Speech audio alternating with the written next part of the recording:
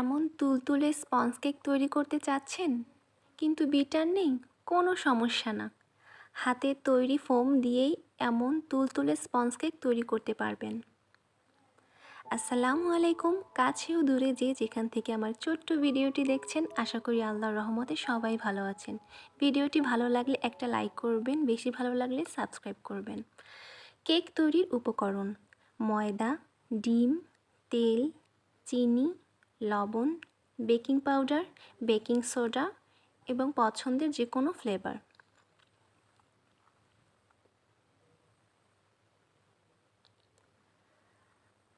বাচ্চারা হরহামেশাই আবদার করে থাকে ঘরে কেক তৈরি করার জন্য। আমরা মায়েরা অনেকেই ভয় পেয়ে থাকি যে মোল্ড নেই, মেজারমেন্ট কাপ নেই, বিটার নেই, কিভাবে একটি কেক তৈরি করব। আমি আপনাদের জন্য সহজ উপায় দেখিয়ে দিব কিভাবে আপনারা ঘরের রেগুলার চায়ের কাপে মেপে একটি কেক তৈরি করতে পারবেন। এখানে আমি 2 কাপ ময়দা নিয়েছি। চায়ের কাপের 2 কাপ ময়দা নিয়েছি। আমার কিন্তু এখানে মেজারমেন্ট কাপের যদি আমি এখানে 1 কাপ নেই, 1 কাপ মেজারমেন্ট কাপে এইখানে চায়ের কাপের 2 কাপ ময়দা হয়েছে। হাফ কাপ মেজারমেন্ট কাপের চিনিতে এখানে চায়ের কাপের 1 কাপ চিনি হয়েছে। আমি মেজারমেন্ট কাপ দিয়ে দেখাচ্ছি যাতে আপনাদের কোনো সমস্যা না হয়। আপনারা চায়ের কাপ মেপেই দিতে পারেন। মেজারমেন্ট কাপের এখানে আমি 3 নাম্বার যে কাপ 60 ml এর 1 কাপ নিয়েছি, সেটা চায়ের কাপের 3 ভাগের 1 কাপ অয়েল হয়েছে, মানে চায়ের কাপের 3 ভাগের 1 ভাগ তেল নিয়েছি আমি এখানে। তাহলে ক্লিয়ার?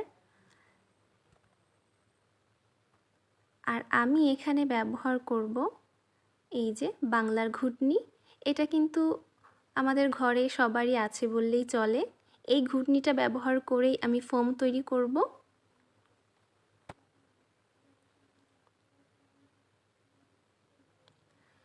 আমি এখানে 2টা ডিম নিয়ে নিচ্ছি।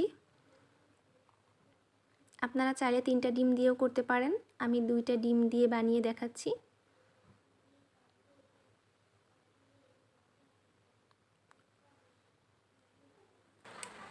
কুসুমগুলোকে তুলে নিব, এগুলো পরে আবার ব্যবহার করব। এখন এখানে ঘুটনির সাহায্যে আমি ফোম তৈরি করব। ঘুটনি দিয়েই আমি বিট করব যতক্ষণ পর্যন্ত ফোম না হচ্ছে। এই যে দেখুন, অনবরত বিট করার ফলে কিন্তু এইখানে ফোম তৈরি হচ্ছে, বাবলসগুলো হয়ে গেছে। এখন আমি চিনি দিয়ে দিচ্ছি। চিনিটা আমি 3 ভাগে দিব, প্রথম ভাগে দিয়ে দিচ্ছি। এখন আবার বিট করে নিচ্ছি। একটু ধৈর্য সহকারে বিট করতে হবে, যেহেতু এটা হাত মেশিন না। ধৈর্য সহকারে বিট করলে আস্তে আস্তে এটা ফোমে পরিণত হবে। আমি এখানে দ্বিতীয় পর্যায়ে চিনি দিয়ে দিচ্ছি। আবার আমি বিট করে নিব। ধৈর্য সহকারে এই বিটটা করতে হবে, যেহেতু হাত দিয়ে ফোম তৈরি করা, এর জন্য একটু ধৈর্য সহকারে নিতে হবে। আপনারা সবাই ধৈর্য সহকারে এই ফোমটা তৈরি করবেন।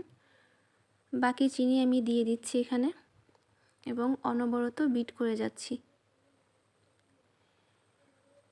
এভাবে করতে করতে কিন্তু আস্তে আস্তে ফোমটা তৈরি হয়ে যাবে। এখানে আমি লবণ ব্যবহার করছি 2 চিমটি পরিমাণে।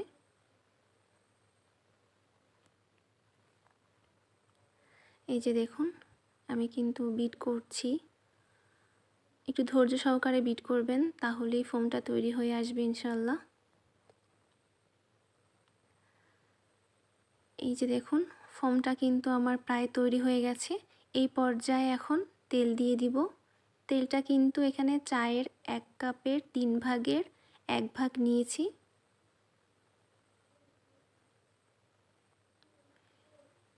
তেল দেওয়ার পর আমি এখানে আবার বিট করে নিব।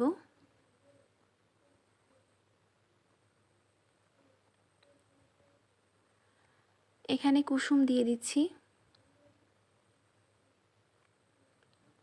আবারও বিট করে নিচ্ছি।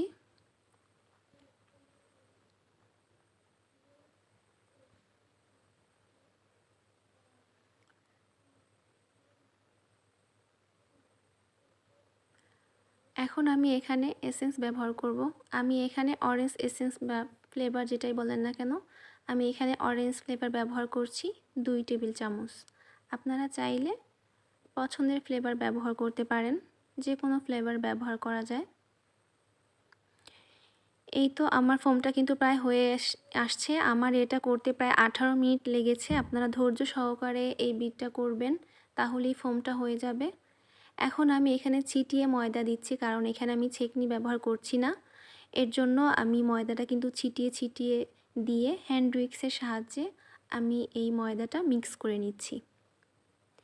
এখানে আমি কিন্তু অনেক আস্তে আস্তে করছি, যেহেতু সময় স্বল্পতার কারণে এখানে আমি স্পিড বাড়িয়ে নিয়েছি। দেখা যায় স্পিড কমিয়ে দিলে ভিডিওটি অনেক বড় হয়ে যাবে, এর জন্য স্পিড বাড়িয়ে নিয়েছি। এর জন্য বোঝা যাচ্ছে যে অনেক দ্রুত করছি, আসলে কিন্তু না। অল্প মানে আলতো হাতে করে এটা আস্তে আস্তে ঘুরিয়ে মিশিয়ে নিতে হবে। যদি জোরে জোরে কিংবা জোর জবরদস্তি করে এটা করেন তাহলে কিন্তু ফোমটি বসে যাবে। তাই ধৈর্য সহকারে আস্তে আস্তে, হ্যান্ড উইক্স যদি না থাকে কাঁটা চামচ দিয়েও আপনারা এটা করতে পারেন, আস্তে আস্তে ঘুরিয়ে ঘুরিয়ে ময়দাটা মিক্স করতে হবে।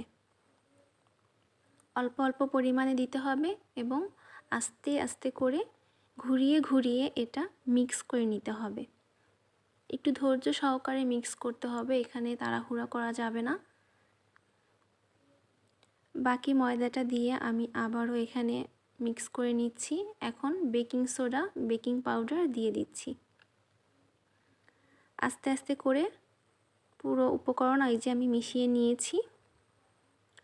আমার ব্যাটারটা কিন্তু তৈরি হয়ে গেছে। এখানে আমি একটা সসপ্যান ব্যবহার করছি, আপনাদের বাসায় এরকম সসপ্যান থাকলে ব্যবহার করতে পারেন মোল্ড ছাড়াই। এটা তেল ব্রাশ করে আমি এখানে কাগজ দিয়ে দিয়েছি। এখন ব্যাটারটা ঢেলে নিচ্ছি।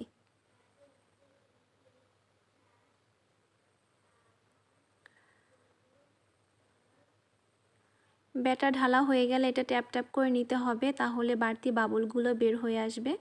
চুলার হাই হিটে আমি একটি পাতিল দিয়ে স্ট্যান্ড দিয়ে এটা প্রি হিট করে নেব 2 মিনিটের জন্য। প্রি হিট হয়ে গেলে আমি এটার উপরেই আমার সসপ্যানটা বসিয়ে দিচ্ছি।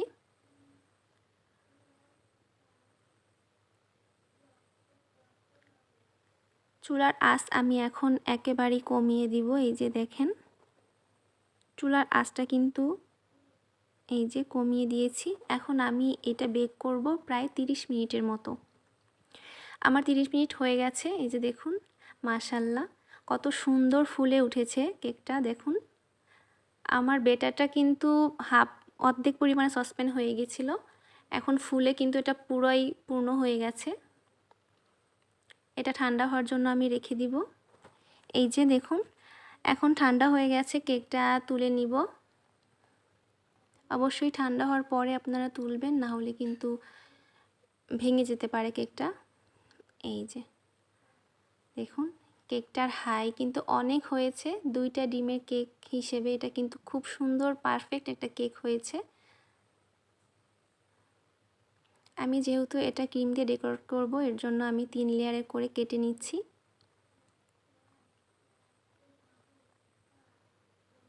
দেখুন এটা কিন্তু অনেক নরম হয়েছে, যেহেতু এটা অনেক হাই হয়েছে আমি 3 লেয়ারে কেটে নিয়েছি। 4 লেয়ারও কাটা যেত, হাই দেখে আমি 3 লেয়ারে কেটে নিয়েছি।